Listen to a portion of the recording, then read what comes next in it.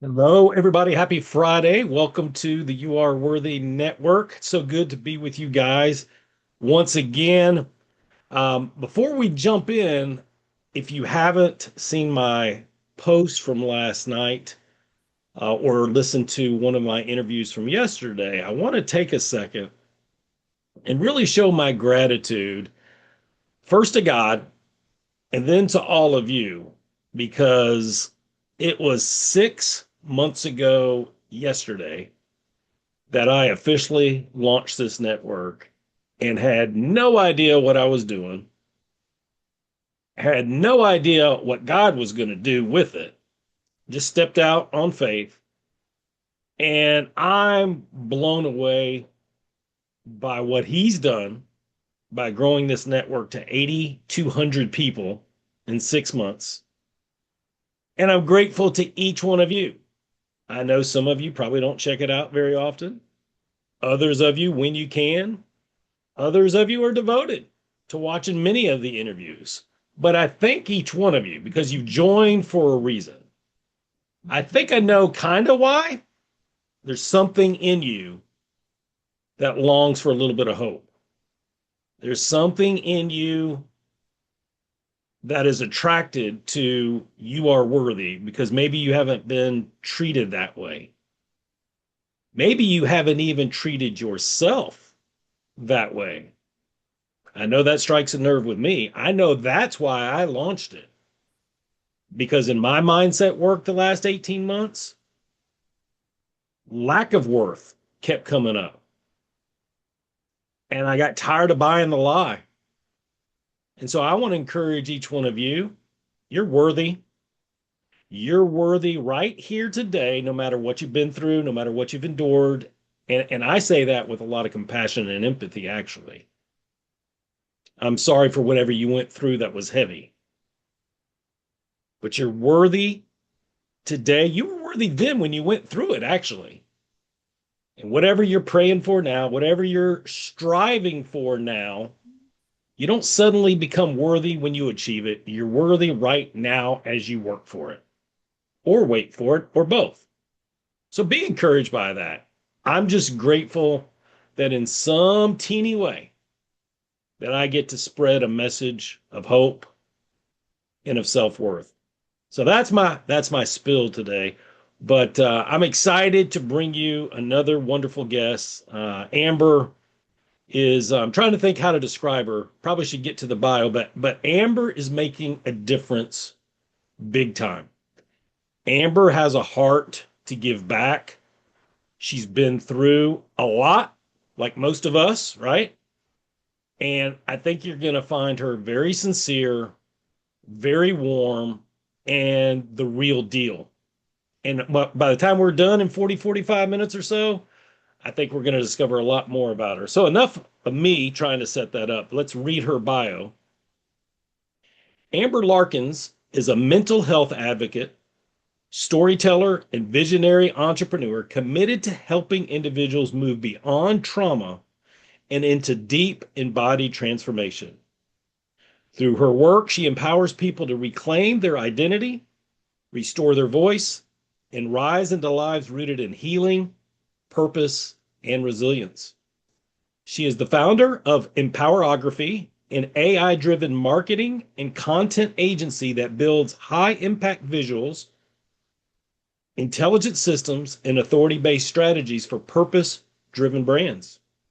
Empowerography exists at the intersection of storytelling, technology, and human connection, helping businesses amplify their message without losing their soul.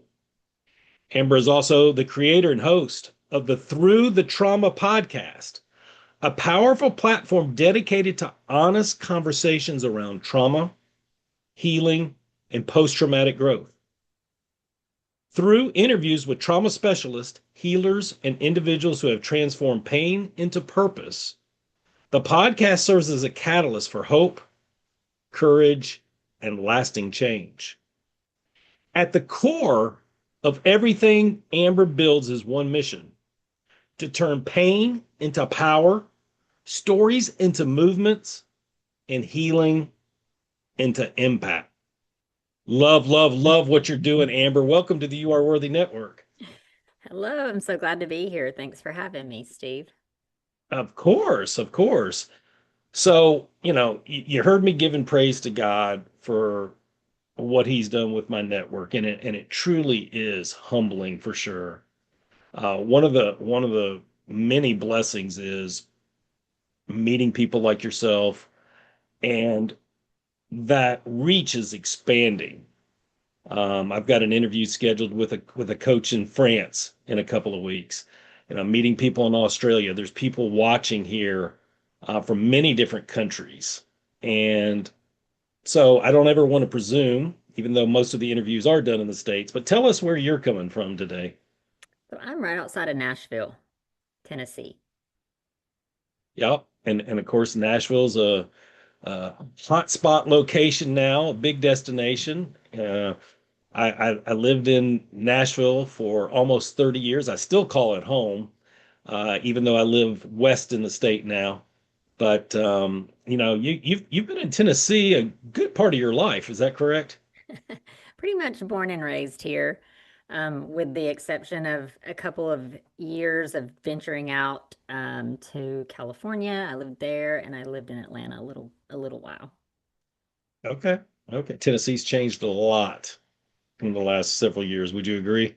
Yeah, when I was coming up, growing up as a kid, I don't remember Nashville I mean, it's always been country music, but I don't remember it being a hub like it is today. Today it's crazy. Every time you go downtown, you see new buildings. It looks like a new interface kind of every time you go there. So great place, but with more population brings a lot of other things and a lot more trauma, a lot more people that are seeking healing, and I'm blessed to be in this area.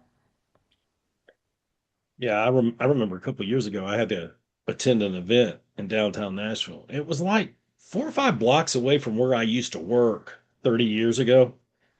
And when I was leaving, it was at night, and I was leaving, and I had one of my kids with me, and I got all backwards. And I'm like, oh my gosh, I know these streets like the back of my hand. I had to pull them for a GPS to get to the interstate. I was like, oh my gosh, it's Mm. changed so much. But yeah, so do you have family that lives in the area also? Yeah, east of Nashville. Most of my family is east of Nashville, but pretty much all my family is in Tennessee with some family in Florida. Okay, okay. And so, you're we're going to dig into this trauma topic here in a minute, which is heavy at times, very fulfilling work, but it's heavy at times. So you need an outlet. What do you like to do for fun? I would say my number one thing for fun is the gym. I know you're gonna think that's crazy, but I've actually found such grounding in fitness. So I've been a fitness advocate for years, got into fitness when I was right out of high school, and it's definitely been the thing that has saved me through everything I've been through. I'm like, that's the one thing that never fails me. Yeah, no, no, I don't think you're crazy. Matter of fact, because of the snow and ice storm, my gym was closed for several days. And I've got some stuff in the garage, but it's not the same. I like going. I've got my routine. I love to do the routine. And I just got back after, I don't know, 10 days maybe on Tuesday, and it felt so good. And they got new equipment on top of it, which takes a while to get used to because you're like, I don't know about, but no, I totally get it. And for me, and I'm sure it's the same for you, like it's not just the physical part, it's so good for you mentally and emotionally too. Don't you agree? Yeah, and even, relationally. So like, you go to the gym consistently, you meet your little crowd of people and then you become I've met some of my best friends in the gym. You become really good friends with them and become a part of their lives, and it's kind of I would hesitate to call it maybe like a club, but it is kind of, I feel like it is that way. Yeah, I get mixed on that. I've got a group of people that I talk to, but they would talk longer. Oh, if I let them. And I am on a tight schedule, and I am the kind of guy that likes to get the earbuds in, get the music cranking, and get in and out. But I don't want to be rude, especially when you see the same people over and over again. So it is a little more delicate than you would think. yeah. What you do is you build the relationship in the gym and then you meet up with them for coffee. You're like, hey, let's do coffee. Let's talk. Ooh, But you meet a lot of interesting people that you might not have otherwise been drawn to outside of the gym. So it's interesting. yeah, I wish I had time for the coffee part. That sounds good. I get it in theory, though. Um, let's travel back a little bit. I'd like to take you, and I kind of know where you're from, so um, I don't know how big your high school was, but I guess the size of it doesn't really matter. I want to take you back to your senior year in high school. I don't know what your mindset was, but I want to get a feel for what it was. Were you one of those folks that loved high school, had lots of friends, was sad to see it coming to an end, or did you have senioritis, couldn't wait to get out of there, knew where you were going? What what were the dreams of that 17, 18-year-old Amber? Tell us kind of the mindset at that time. So this is fitness is going to come back in, obviously, because it's been a huge part of my life. But I was this skinny, like super skinny, just really insecure, lanky. Like people would say, "Oh, you're skinny. You were probably really, that's what people desire to be." But for me, I, I felt really insecure about it. I didn't like the way my body looked, and so my senior year in high school, up to that point, I had really wanted to get involved in fitness. I kind of understood working out a little bit, but I really wanted to gain weight. So I took a weightlifting class and I remember just feeling like this is horrible. Like I can't even lift the bar. I'm like the weakest girl in the class. I'm in there with a bunch of athletes and I'm just really out of my realm of friendships, like everything. I always felt like I didn't fit in, so I still feel like that honestly, which now I've learned to embrace that. That's a good thing to not fit in. You're unique and you embrace your Yeah. uniqueness. But in high school, you're like, I don't want to not fit in, but I always kind of felt like that. So I was happy when high school was over. Okay. Okay. So you're 2 weeks out from walking and getting your diploma. You're ready to get out. What's the thought process? Are we going to go to a 4-year school? Are we going to do something different? Are you going to become an entrepreneur right away? What was the route you No. took? I didn't want to be an entrepreneur. I said, I want to go to school. I thought college was the thing to do. Of course, my family, I was the first one to actually graduate. And this is like all of my kind of immediate family, not just brothers and sisters, it's cousins, everything. I was one of the first ones to graduate from a 4-year college. So I kind of knew what I wanted to do, but the big thing that I really wanted was to get out. I lived in a small town outside of Nashville, and I was just ready to get out of Nashville is not as big as it is now, and I was ready to get out of there. I wanted to go to a big city. I wanted to go straight to LA. I'm like, take me to California. I'm gonna go to California. I'm getting out of here. And I again, I always just felt like I didn't really fit in, and so I wanted I had big city dreams. So I left or I got out of college. I mean, I got out of high school, I'm sorry. And I was like, my parents are like, we're not going to pay for you to go out of state to a college. So you're going to have to find a college here. And so I decided I was going to go to MTSU, which is in Murfreesboro. And had went through all of the paperwork, everything, and then my parents was like, you know what? Well, why don't you go to school here in the town that we're in? Go to that school. I'm like, okay. So I ended up going there. I was there for 4 more years. So 4 more years in a town I did not really enjoy being in. I rebelled a little bit and, you know, did not take college seriously. I was a party girl. I wanted to go out and have fun, and I was more concerned with relationships and fun and just doing all the fun stuff. I didn't take college seriously. I'm like, I'll get out of here and get a job and you know just do the American dream, right? And so right out of college, then I moved out to California.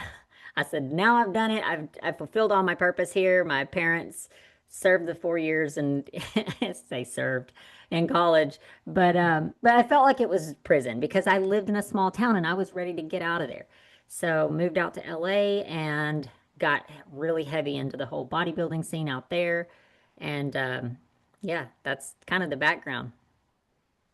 Yeah, and without going into a lot of details, the school you ended up going to is rivals with MTSU. So, Right, right. uh, Tennessee Tech. Yeah. yeah, right. Yeah, because I went to MTSU, so we've got that in common. Um, okay, so LA, I get it, the bodybuilding and all that, but what was the goal? Were you going to go into acting or something else out there? I just I've just always wanted to be in a big city. I felt like Mhm. it was too big for a small town. I again it went back to just being unique and not really feeling like I fit in and everybody's so cookie cutter in a smaller place. But for me, I wanted to be in a place where it's more of a melting pot and there's more, and now Nashville's that. But back then Mhm. it wasn't. So I just wanted to be in a place where I could my opportunities, there was many opportunities. I didn't really know what I wanted to do. I had gone into marketing and I I went into marketing because I thought it was easy. And it was easy to get a degree, but it's not easy to make a living once you get out of college. You go, you don't understand that you're going to get hired at entry level and the money is just, it's not that good unless you go into sales, which I was not really, sales is, I've definitely had a love-hate relationship with sales. Yeah. Okay, so 2 years in LA, what brings you back east? So no, I was actually in LA longer than that. I was there. Um, then I met my husband, who's my ex-husband now, but the father of my kids. So I met him out there, and we had come back for the holidays to meet my family. And my family's like, "Oh, you gotta move back here. Like you'll never be able to afford anything in LA." And well, I wasn't actually in LA. I was on the outskirts, like in Orange County, but Mhm. same thing. So he's like, we should move back. I moved to Atlanta for a year, moved back to California to kind of take care of some loose end stuff. And then, so as in California, 5 years total. I was in Atlanta a year and we had gotten married then when we were living in Atlanta. And then he was like, Nashville's so affordable and it's a growing city. We should go back. And it was affordable. This was Yeah. in 2018. And so we decided to move back to Nashville. And I'm like, I will never go back to Cookeville as the hometown. Like, I'll never go back to Cookeville, unless God says you're going back. And guess where I'm at? Yeah, you want to make God laugh, tell him your plans, right? That's right. God said, I'm telling you to go back.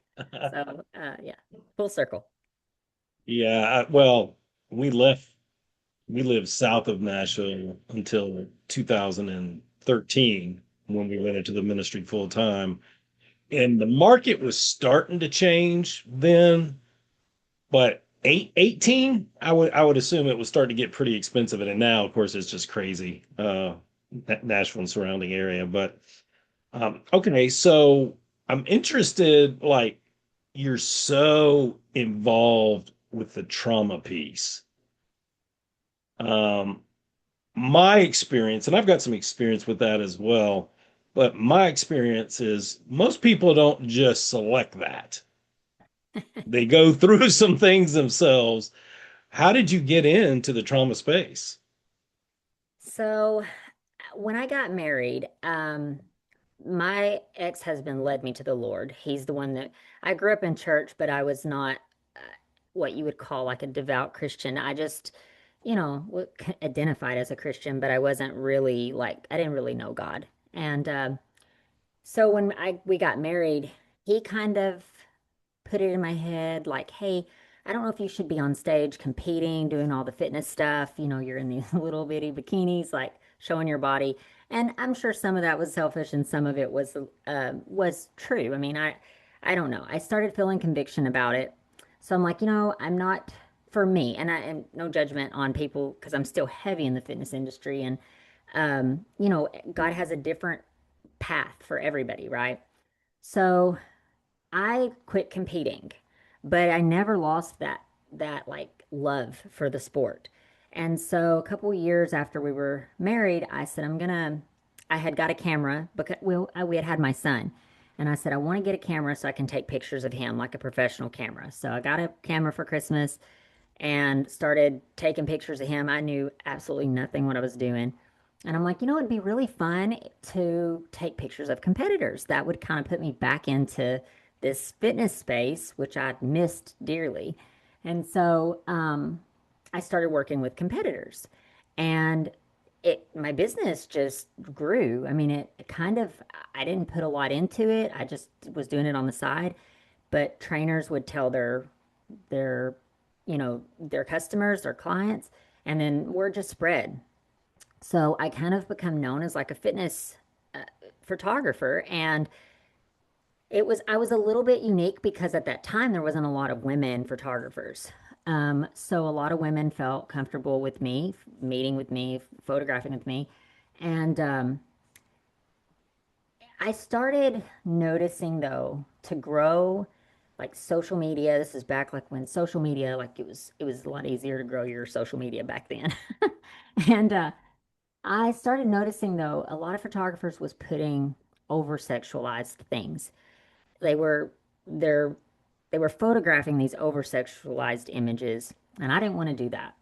And so I prayed about it, and I'm just like, you know what, God, I don't want to solicit my clients. Like I want to make people love fitness for all of the benefits, not the over sexualization of the sport. And that really bothered me.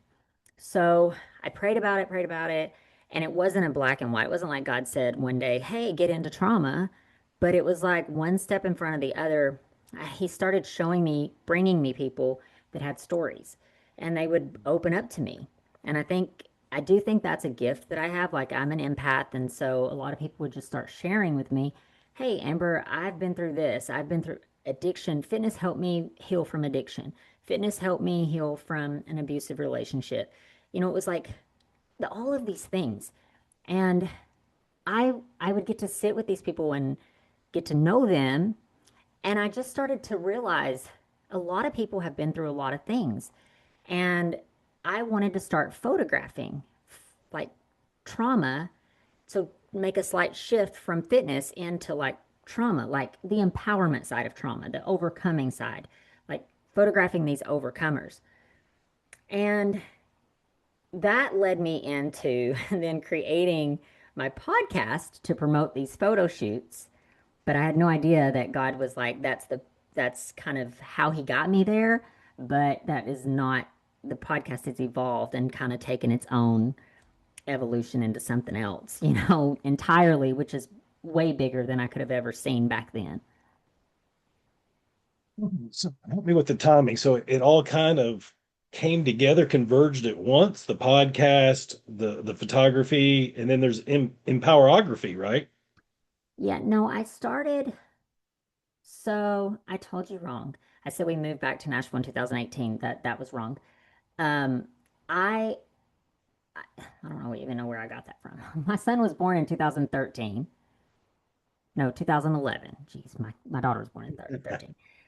You can't keep it straight as a mom, right? Yeah, yeah. He was born in 2011, and that's when I got the camera. And then I photographed for several years. I went through my divorce in 2020. So it was right around the time, I would say from like 2018 to 2020 is kind of when God started giving me the revelation to do these photo shoots and then just maybe like start the podcast. I would get invited to photograph some retreats sometimes, and I was on an island photographing this entrepreneurial retreat.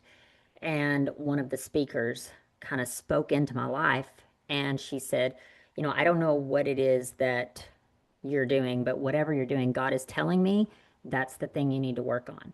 And I was at the time had been contemplating the podcast. So I said, there's no other thing. That's got to be it. And so I prayed about it the whole way back from that retreat.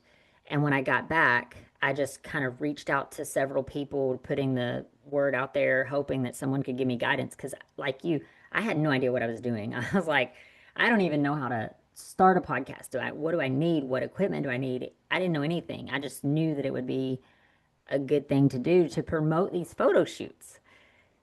So I come back and it was like God just opened every door. And it was like he put the right people in my path. He showed me exactly what I needed to do. That was in October. I don't remember the year, but it's been 3 years ago, so I don't do the math. It was in October, and then in March. So four will be 4 years in March. No, 3 years in March. We'll be going on our fourth year in March. So Tell us more about the podcast. Tell us how often you record. Tell us, is it a combination of professionals and people that have overcoming stories? To give us a little glimpse into it. yeah, when I started it, it was just trauma stories. I just wanted to cover stories because I was inspired by the stories that I had heard, people that I'd photographed sharing trauma stories. I was inspired. I'm like, the world needs to hear these. Like this could inspire so many people. So it's just trauma stories. But then I started, as I finding guests, I started interviewing experts, and then I realized the episodes were actually much better when I talked to guests because they could give practical advice. They could give things that they had their own trauma stories, I would say 99.99% of the time. But then they also could share these are the things that like practical things that you can do to overcome. They're sharing modalities. They're sharing like so I felt like it was giving listeners like different ways to heal from trauma, which I thought was really important. And Mm, this has been things that I've prayed through. It's not, again, 3 years doing the podcast. I didn't know this at first. It was just little by little, God gave me, I would meditate on it, pray about it. God would give me ideas, and then I would try that, and it would just seem to execute, successfully. And so that's how that worked out. So now it's pretty much, I mean, I will still cover a story if it's a particular story that I feel like I need to cover or it's an inspiring guest. However, I do look more for trauma advocates, people that are experts in the space, doctors, therapists, authors, coaches, that those kind of experts. what was the frequency, did you say? I'm sorry if I missed that. Oh, how often? How often you were, yeah. Yeah, so it's once a week. We strive for once a week. And I've been pretty consistent with that with a couple breaks here and there. So like Sure. we took this last year in 2025, I took a break from October into the new year, but mainly that was because I knew it was missing some things and I needed to get clear on what God wanted me to do. So I needed to take time away instead of going through the motions of just producing. I wanted it to be intentional and impactful and empowering. I love that. Yeah, there's a little bit of alignment in what we're doing. I was introduced to somebody. Well, we haven't met yet, but I was introduced online to somebody that's got a pretty significant trauma story, and then I met somebody with a huge trauma story yesterday that I'll be interviewing in about a month, and then later today, I don't even know her whole story, but I know that she attempted to commit suicide 4 times, and God intervened all 4 times. Mm. And so that's going to be fascinating. But I love, I mean, like you, I love people's stories like that because it just shows their character, it shows their resilience, their fight for life, divine intervention, all of that. I love it all. But I know you've had some things that you've been working on behind the scenes too, and we don't want to give it away if you're not ready, but are you able to give us a little sneak behind the curtain? Yeah, absolutely. So a couple of things. Right now what we're really focused on is this. I have a ceremony, it's like a ritualistic burn ceremony. If anybody's ever done this, it is like a ritual, but we see rituals everywhere, right? Marriage is like a ritual. The marriage, when you get married, we have that. We have baptism, which is it's significant to show the world like and to ourselves that there's transformation. And so I did three of these events myself, and I was impacted by them. And so I wanted to offer that to people, my followers, people that were on, would listen to the podcast that needed this real transformation in their life, the things that are holding them back, the things that they no longer want to to define their life. We always have these self-limiting mindsets and these things that these identities that no longer serve us. But we also have the comfort zone, and it's easy to stay in that comfort zone. Hmm. So the fire, writing these things down and being able to burn them is it's symbolic of I'm burning these things in my life and they're no longer going to define me anymore. And so that's the premise behind the burn ceremony. We are having that coming up in February. Well, it is February already. Yeah. I should have looked at a calendar before we had this interview. um, You've, but yeah, you've got kids. I get it. no, everything runs together. But yeah, so that's coming up. Um, and we're gonna see. We got some people signed up. It's not too late if people wanted to sign up for something like that. You can find more information at burnitceremony.com. And then I also am working on the pod. Now, this is not, we're working on this. This is a work in progress, but we're working on really setting up a ecosystem for the podcast so that people can call in and get directed to the type of help that they need and resources that they need. So, for example, if someone's going through trauma, say grief, you just lost a spouse, and that's, you're grieving that. You could call into the podcast. We can direct you to the different episodes that we've covered on grief, to different resources that those coaches and authors and doctors and the experts that we talk to offer. Some obviously, some people, their finances is that it's something they have to take into account. So I want to be able to offer everything from low ticket free stuff, all the way down to like yearly programs that people can get involved in to overcome, because I don't want anybody suffering through trauma without getting to the bottom of it. I think that the world would be a much better place if we could all heal those unresolved places in our hearts. And that grieves me to think that there's people out there that just, and therapy is a good thing. I believe everybody needs therapy, but therapy, there's a lot of stigma still attached to therapy. So I want to provide a place that people, you can do it in the privacy of your own home. You can come and you can find all the resources. Maybe you get to the end of it and you realize therapy is an option or you need to have therapy, but maybe there's other things. You get in, like I had an interview with someone who does tapping, and it's just grounding, like where you just tap to stay grounded. Nervous system responses for, things like that. So there's a plethora of things, modalities that people can get involved in. And I just feel like God has made me to be a conduit. I bring the expert and the and the trauma survivor together. And I my heart is just seeing people get healed.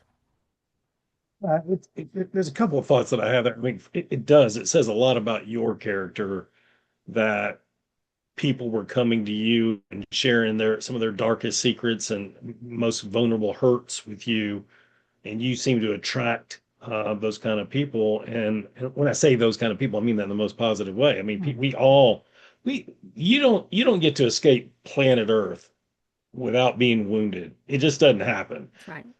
So I'm grateful that God's using you that way. And then, I think therapy's great. I don't think there's any one thing that's the magic pill. I think we're constantly adding tools in our tool belt, and therapy's one of them. And there's other things such as like what you're doing. So I think it's incredible work. I'm curious in your own life, I mean, successful podcast. You've been successful in the bodybuilding industry, successful, as an entrepreneur. You know, was there a time in your life, and maybe we've already touched on it a little bit. I'm not sure. I'll be interested to see what direction you go with it. But was there a time in your life when you didn't feel worthy? You know, and it's so funny that we're recording today because I'll tell you about the most recent time that I felt unworthy. And you might laugh at me, but it was actually yesterday. The thing, I truly feel like this, like we go through periods in life where we're going to feel unworthy and we're going to feel like imposters, or we're going to feel like we're not Mhm. the person for the job, or why would anyone want to hear me? And I had these thoughts yesterday. I said, I was just sitting at my desk and I couldn't get rid of these racing thoughts of like, why are people going to want to listen to the podcast? Like, no one wants to hear me talk, And the thing is this, and I meditated on this all day yesterday. I went to the gym this morning, which is where I do my most meditation when I'm lifting heavy things. And I really come to the conclusion that, you know, when you're doing something impactful and empowering, there is always this self limitation, this self limiting voice in your mind. Maybe it's Satan, maybe it's you, maybe it's old voices from the past, old identities that you're carrying with you, whatever that looks like, that raises its ugly head and says, "Hey, you know what, Amber, you're not good enough to do this thing. What makes you worthy to do this thing? Look, there's so many people more qualified to do this thing than you." And I don't the best way that I could say to overcome that is truly to go to God first. I would say to go to God first, and because God says we're Mhm. all worthy and He's given us all a destiny and all a plan in our life, a purpose to fulfill. And I think when you're clear on that purpose, that's when you can rebuttal that. No, I am worthy for this because God's called me to it, and where I'm weak, He's strong. So I think if we approach it like that, which is not always easy, I'm telling you, I went No. through it yesterday. I struggled with it a lot and I couldn't get rid of those thoughts. But I don't go through that often. But it is very funny that I'm on Your Worthy Network. And I just had a struggle with it yesterday. And I can't tell you the last time I did prior to yesterday, but I do think that possibly God gave me, sometimes when He rattles those things in our heart and in our soul, there's something that He's wanting us to take or learn. Our emotions, our insights, our chaos, our nervous system going haywire, those are, I think those are guideposts. They're trying to direct us into something, and we can lean into it and find out why, or we can self-medicate it, put a band-aid on it, push it down, and not find out why. What's going to lead you to happiness and joy and purpose. I can't even begin to tell you how much I appreciate that answer because that is being real.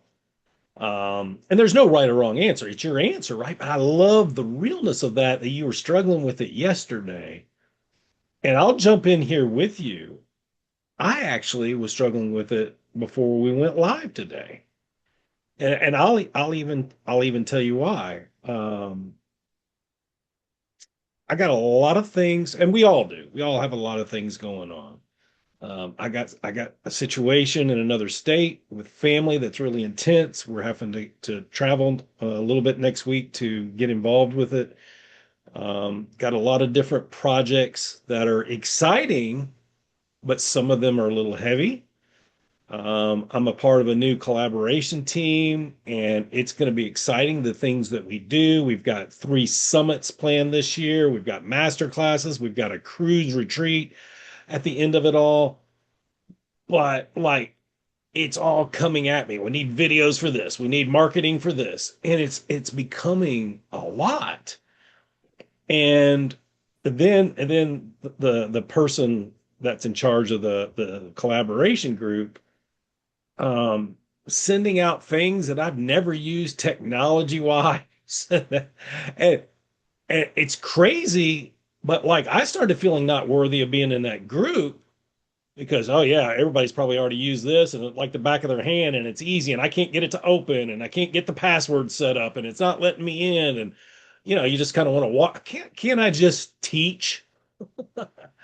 And so I was feeling all that and I can't explain it other than God does what God does. I think just doing what I do, sitting down with someone like you, Amber, and we're just having a conversation, I feel better. Mm. And I think the lesson in that is we're not supposed to do mindset or life. alone.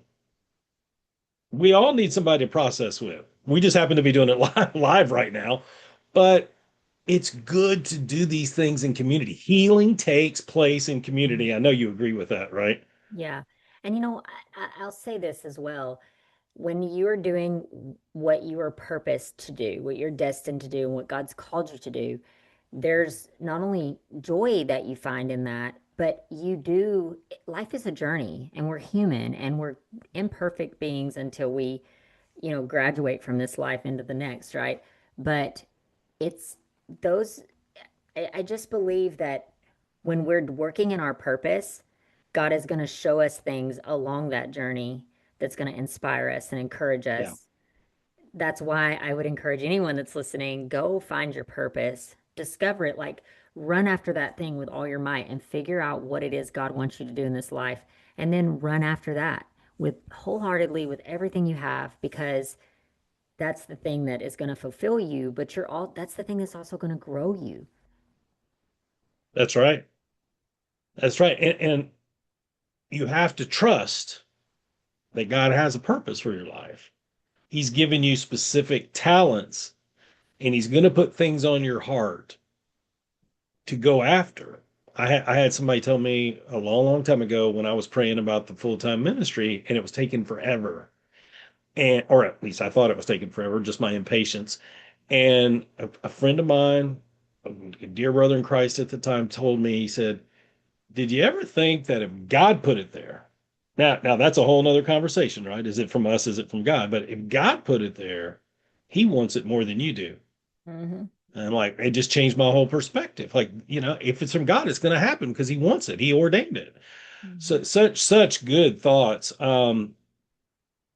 Where can people find more about this great work you're doing? Where can they learn more about you and about this great work? Yeah, I would say that. I'm pretty active on Instagram. I would say that's probably my most active social media channel.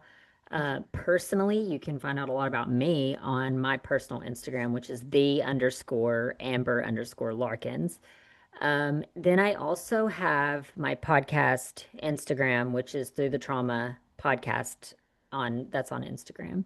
And then I have my Empowerography, which we didn't even really get into that. That was evolved from my photography business into more of a full-fledged agency, and we're doing a lot of stuff in there now. But that's Empowerography Files on Instagram. And then you can find me everywhere on other social media channels, mostly under Through the Trauma podcast, because that's the work that I'm most passionate about and I just love talking about all the time. Um, and then check out the website throughthetraumapodcast.com. You can check that out, listen to previous episodes, learn a lot about me just from listening to the episodes. And then I also have the burnitceremony.com, that's the event that we have coming up. Love it. And we have all of Amber's everything she just said. We'll have that in the show notes, so you guys can look those up in your spare time. Give us a brief snapshot into Empowerography. So that was born, that was from my photography business. I was shooting fitness. Fitness was very seasonal. And I did start shifting a little bit into fitness businesses. So I was working with personal trainers, food prep companies, different things inside of fitness. And so it was natural to break off into branding and then just started offering a little bit more and a little bit more, some social media, some different website, building graphics, things like that. And so now our focus, and this is a shift that we're making currently, is more into empowering other businesses in the trauma and mental health space.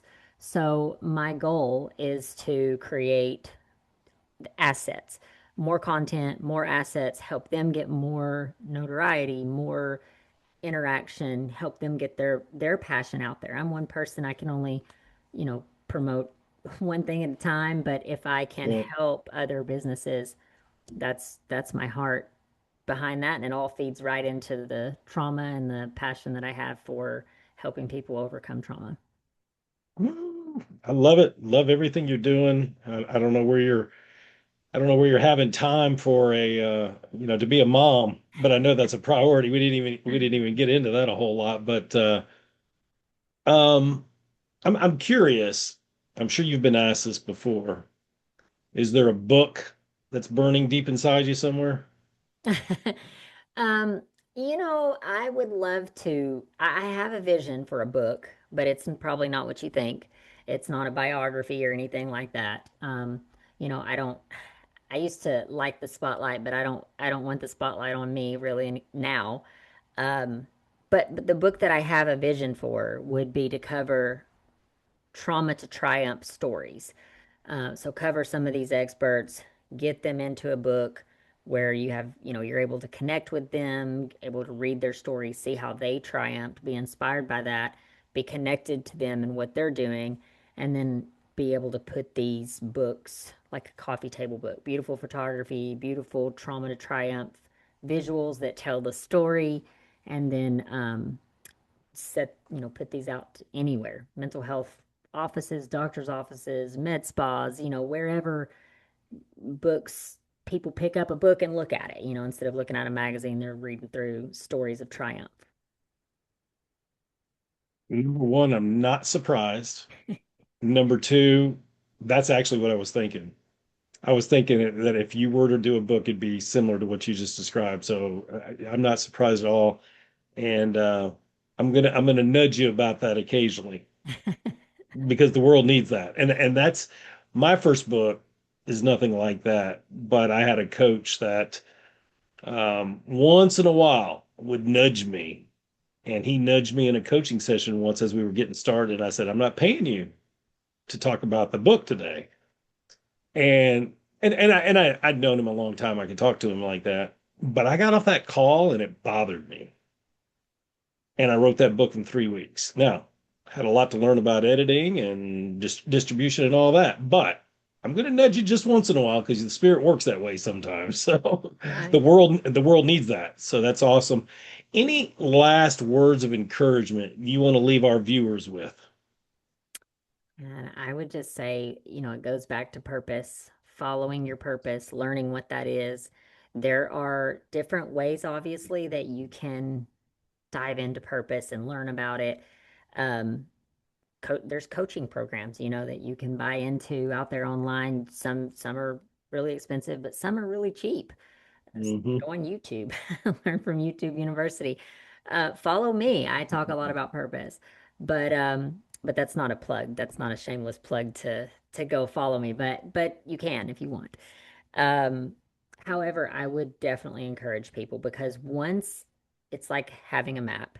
If you don't know where you're going, you're just wandering, right? And there's nothing fulfilling in that. If you have a map, you can see I'm on a mission to get to this point on the map. And so it makes your path a lot more clear and gives you a lot more confidence and um, that much closer to working in your purpose and fulfilling your destiny. I love that. I love that. We don't have a say in the day we're born. We're not supposed to have a say in the day we pass away. But what I appreciate about you probably most, Amber, is that you're making the most of the dash. You're making the most of your purpose and you're putting a huge dent in an area that needs it. It's just going to continue to be a need. And we're in dark times, we're in divided times, we're in wounded times, and people need tools. And you have quite a few in your tool belt that you're willing to not keep to yourself. I love that about you, that you're like freely giving them out to people. So thank you for the work you're doing, but more importantly, thank you for the heart that you have and sharing that with us today. I really appreciate it. Well, I think the same about you, Steve. What you're doing there is we do align on several things, and I appreciate you and what you're doing. And it takes, us collaborating. Like you said, we can't do it alone. So I Right. appreciate everything that you're doing and bringing awareness to these people that are worthy and making impacts so that they can inspire others to be worthy in their lives. I appreciate it. Guys, your story's not over yet. God is not done with your story yet. If you woke up today, it's a gift. Some people didn't wake up today. Mhm. Each day is a gift. Each day we get to see what God's up to in our lives. And Mhm. He does have a plan for you, He does have a purpose for you. And whatever you've been through, healing is available. You have a comeback story in the making, and it's going to inspire a lot of people. People are going to need the inspiration of how you overcame to help them get through something. I remember years ago, I didn't know I was going to say this today, but I'm just going with it. When my marriage was 48 hours away from divorce, Mhm. I remember as God turned it around, I remember those counseling with us saying, you're going to be helping a lot of people in their marriages because that's the way God works. And at that point in time, I was like, I'm just trying to get through another day. But they were right. And He's going to do something amazing with you too. Hang in there. Appreciate each one of you. Till next time, God bless.